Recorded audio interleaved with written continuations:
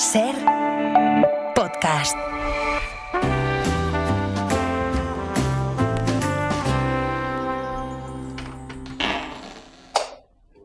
Ahora son las 11:20.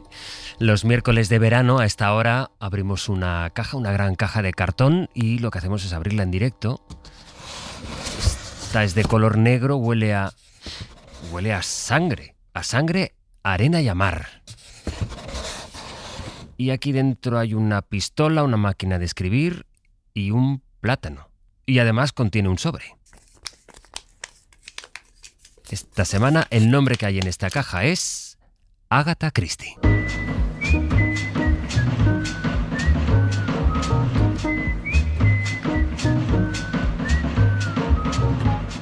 En 1927, Agatha Christie pasó varios meses en Canarias.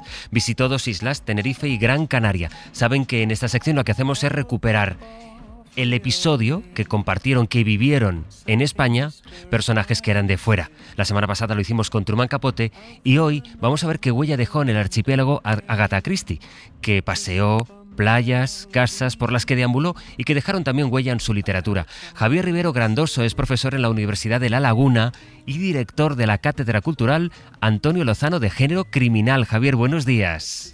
Hola, buenos días, José Luis. Gracias por acompañarnos esta mañana en la que queremos viajar contigo en el tiempo. Queremos imaginar cómo debió de ser la llegada de Agatha Christie a Canarias. Así que hay que trasladarse al año 1927. No existe todavía el aeropuerto en Los Rodeos, de forma que Agatha Christie debió de llegar a Canarias en barco.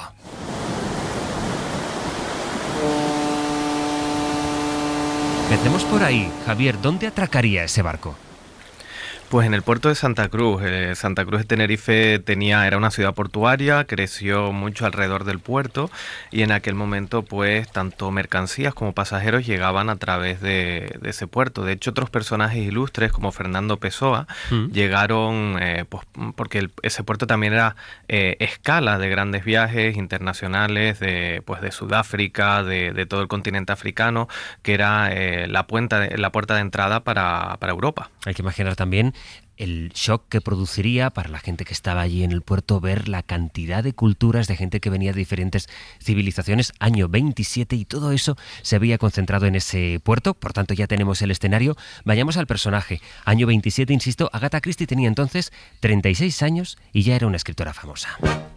Ladies and gentlemen, Agatha Christie. Era una celebridad, se había inventado a Hércules Poirot y había publicado el libro que la consagró como escritora del género negro. Estamos hablando de El misterio de Roger Ackroyd.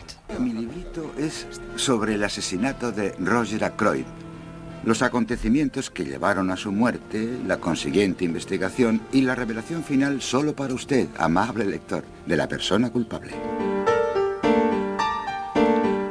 Sabemos, por tanto, Javier, en qué momento profesional estaba. Profesionalmente le iba muy bien, estaba despegando su carrera, pero personalmente, ¿cómo llega Agatha Christie en 1927 a Tenerife? Pues Agatha llega acompañada de su hija Rosalind, que en aquel momento tendría unos 7 años, y de su secretaria Charlotte.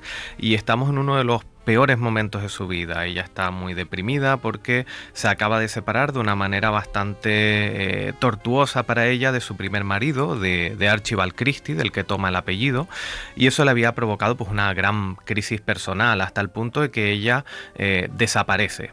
Esta desaparición crea un gran revuelo en Londres, en todo Reino Unido, porque pues como el true crime de hoy en día se siguió en directo esa desaparición. Fueron días en los que no se sabía qué había ocurrido con Agatha Christie, había quien la daba por muerta, hasta que por fin aparece y estaba alojada en un hotel, precisamente alojada con un nombre falso en el que utilizaba el apellido de la amante de su primer marido. Es decir, es una trama que hoy en día daría para un true crime. Una trama de novela, desde luego, una crisis personal que se contó en 1979 la película Agatha, protagonizada por Vanessa Redgrave, y así le decía a su marido que todo había terminado. Our situation is intolerable. I don't love you and you do not love me. Our marriage is finished. It's over. Nuestra situación es intolerable, yo no te amo, tú no me amas, nuestro matrimonio ha terminado, se acabó. ¿Ella, Javier, se recuperó de ese desamor? Sí, afortunadamente sí. En Canarias, bueno, ya consigue volver a escribir, consigue volver un poco a encontrar ese norte y poco tiempo después conoce al que será su marido ya para toda la vida, que es Max Mallowan, que es un arqueólogo, gracias al cual va a descubrir y a disfrutar muchos lugares que después utilizará en sus novelas, como Siria, Irak, y que, bueno, aprende a apreciar estos lugares. Ella había viajado mucho antes de estar casada con él, pero no tenía ese interés cultural, ese interés arqueológico, y a partir de entonces sí que lo va a tener, y lo vamos a ver también en sus novelas. Hay una cosa que nos llamaba mucho la atención y que yo creo que está en el leitmotiv de esta sección, por eso la pensamos, que es imaginar el impacto que debió provocar en la época pues ver a personajes más o menos llamativos. La semana pasada pues nos preguntábamos cómo debió de ser la vida de Truman Capote, que se paseaba además con su bata de seda blanca por Palamos, y el impacto que eso debió de provocar en la sociedad de los 60. En este caso estamos hablando de la sociedad de España de los años 20. Ella, es verdad que por lo que estamos contando ya era famosa, así que la pregunta es si la prensa española, la prensa canaria de aquel momento, contó, se hizo eco de alguna manera de la llegada de que estuviera nada más y nada menos que Agatha Christie allí en la isla. Pues la verdad es que no, porque Agatha Christie, claro, era muy conocida en Reino Unido, pero es que todavía no se habían traducido sus novelas en España.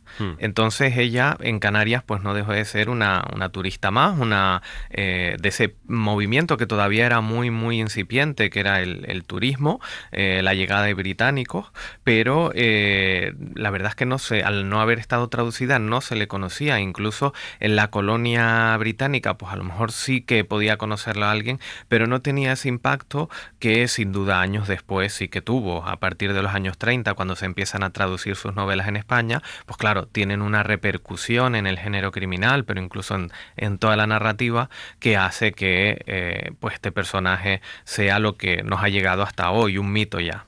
El primer destino en Canarias fue el Valle de la Orotava, que aparece descrito, así como ahora escucharán, en su autobiografía. Orotava era un lugar encantador con la gran montaña que lo dominaba todo y las maravillosas flores que crecían por todas partes alrededor del hotel. Había, sin embargo, dos cosas que me molestaban. La bruma que descendía de la montaña al mediodía y que convertía lo que había sido una espléndida mañana en un día completamente gris. A veces incluso llovía, y los baños de mar, para los aficionados a nadar, resultaban terribles. Tenías que tumbarte boca arriba en una playa volcánica en pendiente, enterrar los dedos en la arena y esperar a que las olas te cubrieran. Pero tenías que ir con mucho cuidado para que no te cubrieran demasiado, pues se habían ahogado ya muchas personas.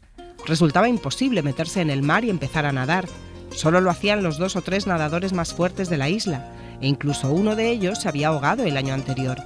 Por eso, al cabo de una semana, nos trasladamos a Las Palmas de Gran Canaria. Cuando llegué a la isla de Tenerife, allí en el mar. O sea, que a Agatha Christie, Javier, Tenerife no le gustó demasiado. Bueno, lo que no le gustó fue sobre todo el mar. Ella iba con una idea de poder bañarse, de disfrutar, y claro, en el Puerto de la Cruz, en aquella época, que estaba muy cambiado a lo que es hoy, pues claro, el oleaje es bastante fuerte. Entonces eso a ella le asustó, y más teniendo a Rosalind, una niña de 7 años, pues claro, no encontró el lugar idílico, el lugar que ella pensaba. Sin embargo, sí que disfrutó de distintas culturas. Ella, como llegó en febrero, pues pudo ver, por ejemplo, el carnaval, un carnaval que no era obviamente como el que entendemos hoy en día, el de Santa Cruz. Era el carnaval de Puerto de la Cruz, que sigue siendo también muy importante, y que como ella lo disfrutó más bien en la colonia británica, era un carnaval más de máscaras, un poco al estilo veneciano que tenemos hoy en día.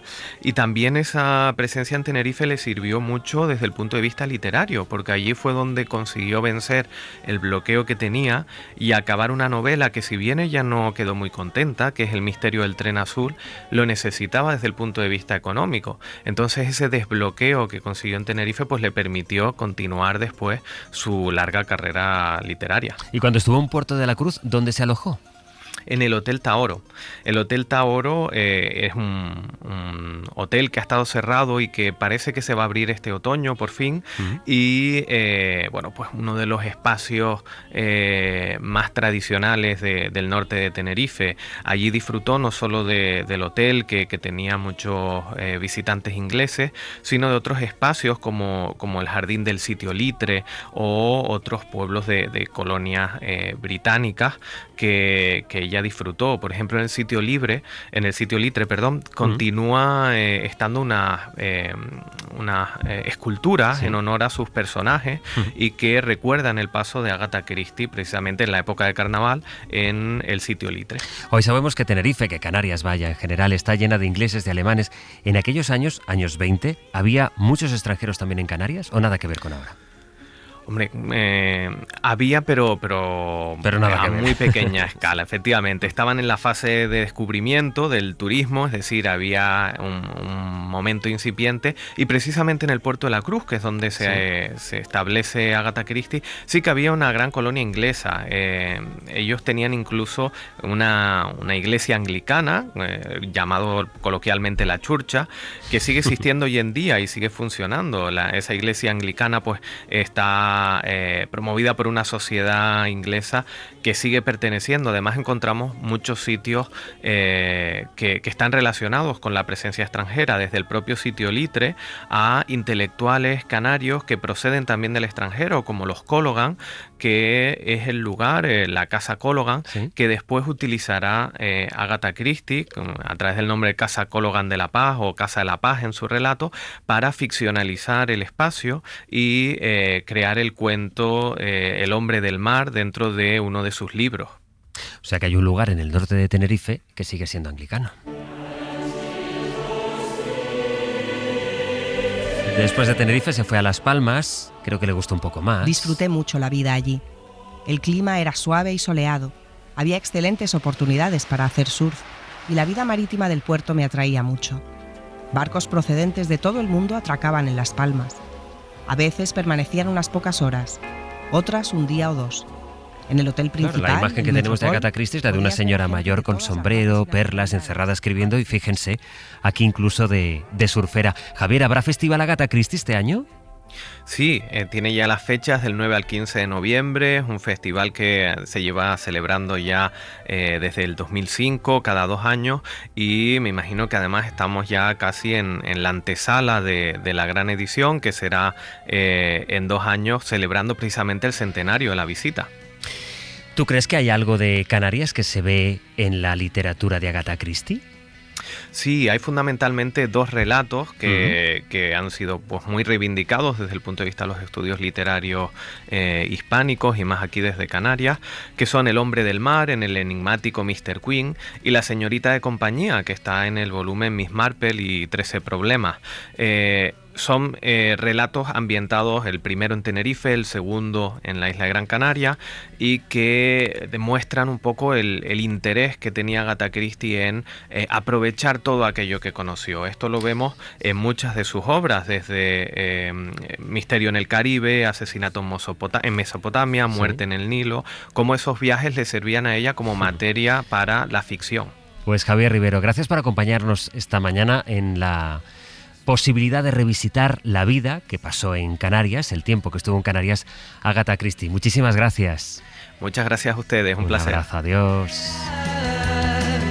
Para no perderte ningún episodio, síguenos en la aplicación o la web de la SER, Podium Podcast o tu plataforma de audio favorita.